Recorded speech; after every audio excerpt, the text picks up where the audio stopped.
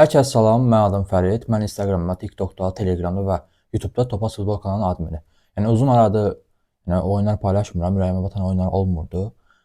Bu gündən etibarən nə qədər oyun olacaq, yaxşı oyunlar olacaq, sizlər üçün YouTube videosu paylaşacağam. Keçək oyunlarımıza. Birinci oyunumuz elə Türkiyə Trendyol Liqasından, Super Liqasından başlayaq. İlk oyunumuz Qalatasaray Sivas oynayır. Bu, yəni Qalatasaray Sivas oyunu gəldikdə, yəni Qalatasaray gördük ki, keçən dəfə necə oynayır öz evində, çox qəşəng oynayır. Yəni açıq ara, yəni namizəddir. Açıq ara namizəd deyəndə demək olar ki, yəni aparıb, liqa aparıb.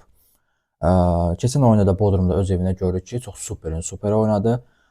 Burada mən düşünürəm ki, Qalatasaray 3-1, 3-0, 4-1 kimi Sivası böyük hesab qələbə alacaq. Yəni öz evində inanmıram ki, xal itirsin. Mən buraya Qalatasaraya fora qələbə yazmışam. Fora qələbənin əmsalı 1.45 əmsaldır. Bura qoyacağam, baxarsınız. Yəni normal qələbənin əmsalı 1.15-dir, onu yazmağa dəymir. Az əmsalı.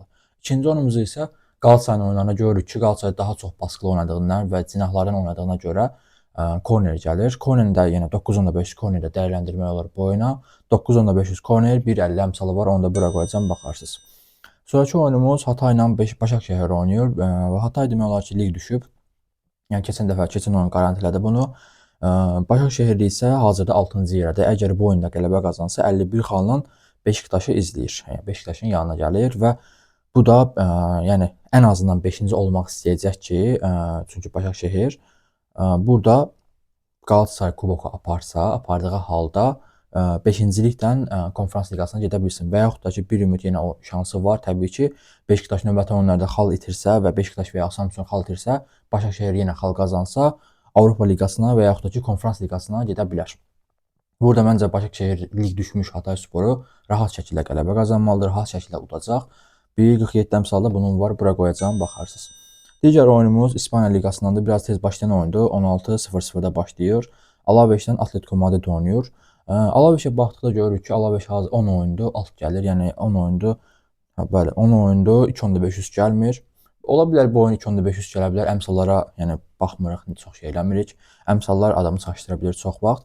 Alaveşə burada mütləq şəkildə qələbə lazımdır. Çünki düşmə potasındadır, 17-ci yerdədir. 18-ci yerdə isə Las Palmasda 32 xal var. Yəni Alaveş nə edəcək ki, bu oyunda qol vursun. Mən burada Atletico'dan da bir qol gözləyirəm. Ən azı burada oyunda 1.500 dəyərləndirmək olar. 1.500-ün əmsalı 1.43 əmsaldır.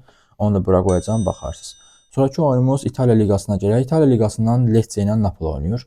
Burada belə deyim də sizə, Napoli keçən oyun 2-0 qələbə qazandı, amma oynadığı oyunlarda da keçən oyun 2-0 qələbə qazandı, ondan öncəki oyun 1-0 qələbə qazandı. 3 oyunda qol gəlmir.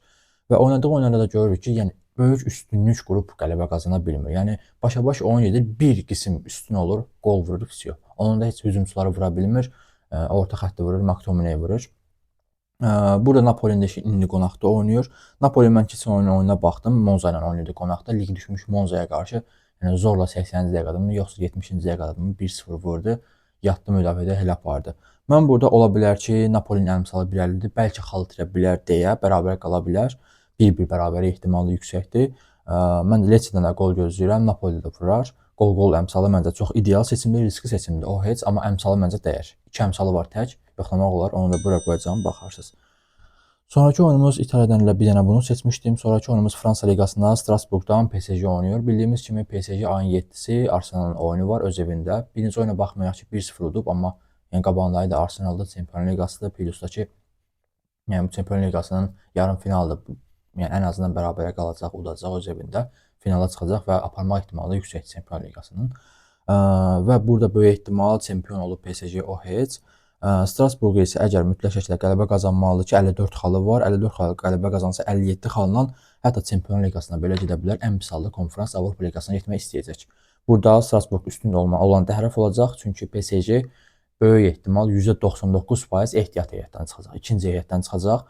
Belə olduğu halda ev sahibindən mən ən azı 1 qol rahat gələcək. 2 qol da gözləmək olar. 2 qolun əmsalı çox qəşəngdir. Həmçinin qol məncə çox ideal seçimdir. Qol əmsalı 1.37 əmsaldır. Bura qoyacağım, baxarsınız. Digər oyunumuz Toulouse ilə Rennes oynayır. Burada hər iki klub eyni səviyyədə klubdur. Rennes daha biraz ev sahibinə baxmış formda kimidir. Çünki ev sahibi neçə oyunda yaxşı oynamır, ancaq uduzur. Rennes də həmçinin elə onun tayıdır, amma bir qism əmsaldan dolayı X2 məncə yoxlamaq olar. X2-nin əmsalı 1.60-dır. Bura qoyacağım, baxarsınız. Gələk ən Super Liqaya. Almaniya Bundesliqası, Almaniya Bundesliqaya. Yəni bu liqa həqiqətən çox qəşəngdir. Üst qol-qollar liqasıdır. Birinci oyunumuz Mönchengladbachdan Hoffenheimdir. Yəni bu oyunun statistikasına baxıb sən ömrü boyu alt yaza bilmərsən. 3.5 alt belə yaza bilmərsən. Bu oyun elə oyundur ki, bu oyunda 5-6 qol belə ola bilər. Çünki aralarında son 10 oyuna baxsaq, son 10 oyunun hamısı qol-qol gəlib. Yəni bu o deməkdir ki, onun aralarında oyunları keçsək, görərik ki, onsuz da Hoffenheimdə də qol vurub qol yeyən klubdur.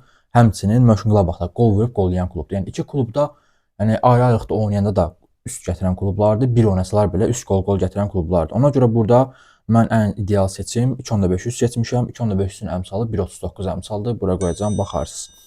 Əgər bu oyun yox qol və yaxud da ki alt gəlsə, bilin ki 100% bu oyun satıbdır. Çünki bu iki klub neynəsə belə, nə varsa belə bir-birlərinə qol vurmalıdırlar. Sonraki oyunumuz SC Paulinlə Stuttgart oynayır. Burada Stuttgartın əmsalını çox açıblar. Bariz, yəni bəllidir ki, Stuttgart qələbə qazansa belə heç nə edə bilmir. Amma bir ehtimal bəlkə nəsə eləyə bilər, amma da o çətin məsələdir. SC Pauli isə qələbə lazımdır. Çünki Heidenheim 26 xalı var, arada 5 xal fərq var. Amma belə baxıram ki, bərabərlik belə SC Pauliyə sərf eləyir. Mən burada riskli seçimə gedəcəm. X2 atmayacağım, üst atmayacağım. Sadəcə burada Stuttgartın qonağın 2 topunu atacağım. Qonağın 2 topunun əmsalı 2-12 əmsalı idi, bəli. 2-12 əmsaldır. Bura qoyacağım, baxarsınız. Yəni bunları sizə deyirəm ki, böyük əmsalları riskli kuponlarda sistem şəklində yaza bilərsiniz, seçib oynaya bilərsiniz. Burada gələk sonraki oyunumuz Dortmunddan Wolfsburg oynayır. Dortmunda mütləq şəkildə qələbə lazımdır. Qələbə lazımdır ki, ən azından Avropa liqasına, həmçinin Çempionlar liqasına gedə bilmir. Yox, gedə bilər. 4-cü olsa, Freiburg keçsə gedə bilər. Çempionlar liqasına, Avropa liqasına, ən misalda Konferans liqasına getsin və son oyunlarına baxanda da görürük ki, çox istəkli oynayırlar və çox yaxşı qollar vururlar. Qollar vurmaqlarına baxmayaraq müdafiəsində problem var, qol yeyirlər. Belə olduğu halda Wolfsburgda form düşüklüyü çox yüksəkdir. Neçə oyunda qələbə qazana bilmir, xal itirirlər. Sadəcə neçə oyunda 2, 4, 7 oyundan sadəcə birində bərabərə qalıblar, bir xal qazanıblar. Burada mən Dortmunddan 3-1, 4-1 kimi qalibiyyət gözləyirəm. Yəni burada Dortmund vuracaq, qələbəsinin əmsalı azdır. 1.28, 1.30 onu yazmadım. Yəni bu oyunun 2.5 də ən garanti kimi görsənir. Əmsalı yenə 1.25-dir, bunu da yazmadım. Burada qol-qol, yəni məncə götürmək olar. Qol-qolun əmsalı 1.50 əmsaldır. Bura qoyacağım, baxarsınız. Yəni sevmədiyim liqa Hollandiya liqası. Yəni son vaxtlarda həqiqətən əvvəlki illərdə Hollandiyaya baxırdım, qəşəng üstlər gələrdi. İndiki illərdə isə Hollandiyanı təmiz fırdılar. Keçən həftə Hollandiyanın bütün oyunları 5 oyun oldu, səhv etmirəmsə liqdə. 5 oyunun hamısı alt gəldi. 5 oyundan səhv etmirəmsə lap bir dənəsi 1.5 gəldi. Digərləri 0-0, 1-0 hesab gəlmişdi. Yəni bu çox biabırçı nəticədir bu liqa üçün. Feyenoorddan Heraklesdən Feyenoord oynayır. Hazırda Feyenoord 3-cü yerdədir. Çempionlar liqasının promo getmə şansı var, amma çox azdır. Amma ən azından 3-cü yerdə özünü qarantiləmək istəyəcək ki, Çempionlar liqasının play-offuna gedə bilsin. Amma Utrechtdən xalları eynidir. Utrecht ambarını izləyir. Feyenoord məncə burada 2 qolu gələr. Qələbəsini risk eləməyəcəm. 2 topunu götürəcəm. 2 topun əmsalı 1.49 əmsaldır. Bura qoyacağım, baxarsınız. Sonraki oyunumuz Braga ilə Santa Clara oynayır, bəli. Braga çempionluq yarışından geri qalıb, sadəcə Porto ilə yarışırlar. O da nə üçün? Avropa liqasının eləməsi üçün.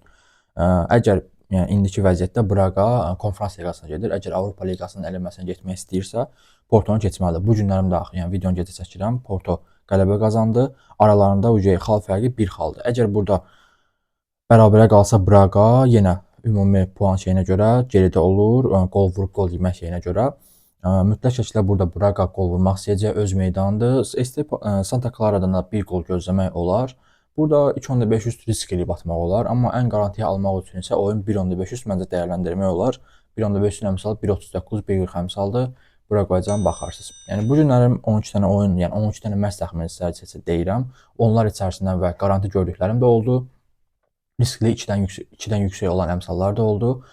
Yəni siz öz kuponlarınıza bunları qoya bilərsiniz. Yəni əsas o məsələdir ki, yəni bu oyunlar sizin öz düşüncələrinizdən üst-üstə gəlsin. Yəni budur nəticə. Biraz yorğunam, gecədir. Çaşıram biraz da, üzülü sayasız. Telegram linkini aşağı qoyacağım. Telegramda 2 əmsal, 5 əmsal, 3 əmsal kombinələr şəklində paylaşacağım. Görmək üçün aşağıdakı linkdən Telegram kanalıma qatıla bilərsiniz. Hər kəsə uğurlar.